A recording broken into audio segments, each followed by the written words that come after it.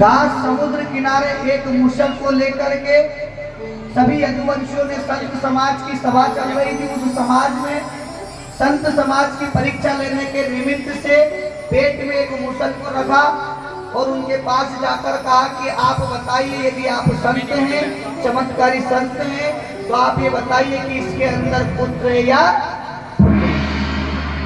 संतों ने समझाया, तुम अच्छे कुल से आते हो, तुम स्वयं भगवान के कुल के हो, यहाँ पर मजाक मत करो। लेकिन जामवंती के पुत्र शाप को गर्भवती का नाटक करा करके बार बार संतों के करीब ले जाया गया। संतों ने समझाया, नहीं समझे तो उसी क्षण सभी संतों ने एक साथ मिलकर शाप दे दिया कि यदि तुम्हें चमत्कार देखना है तो देखो कि जिस मूसल को लेकर के तुम एक नाटक कर रहे हो, यही मूसल से तुम्हारे पूरे यदुवंशियों का विनाश हो जाएगा। यही मूसल तुम्हारे वंश की समाप्ति का कारण होगा। यदुवंशियों को डर हुआ, उन्होंने उस मूसल को घिस घिस कर समुद्र किनारे फेंक दिया। उससे एरा नामक घास उगाई, मदिरा पान करके उस घास से सब एक दूसरों के आंखों में डालकर एक दूसरे को मार दिया।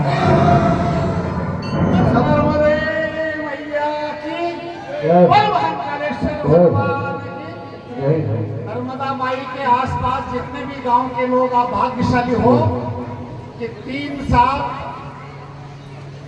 3 महीना 13 दिन की यात्रा में ऐसे संत आपके हमेशा आपको दर्शन होते ही रहते हैं। ये संतों के पैरों में छाले पड़ जाते हैं, इसलिए तपस्या इनकी होती है। क्षमा, विनय और शीलता, त्याग, मूल अभिमान, ये बातें जिनमें बसे तो संत उसी को जाओ।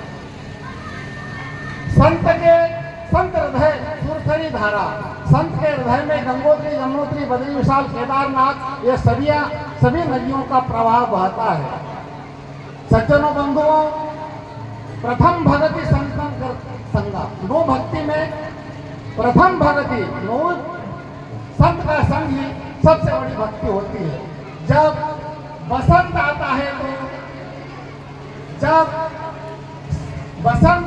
है तो बगीचा मुस्कुराता है और संत आते हैं तो संस्कृति मुस्कुराती है। जोरदार।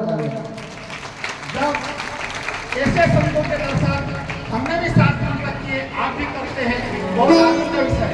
आग लगी आकाश में झरी झरी पड़ेगा, जो न होते धरती पर संत तो झुलस मरता संसार। ऐसे संत की महिमा है।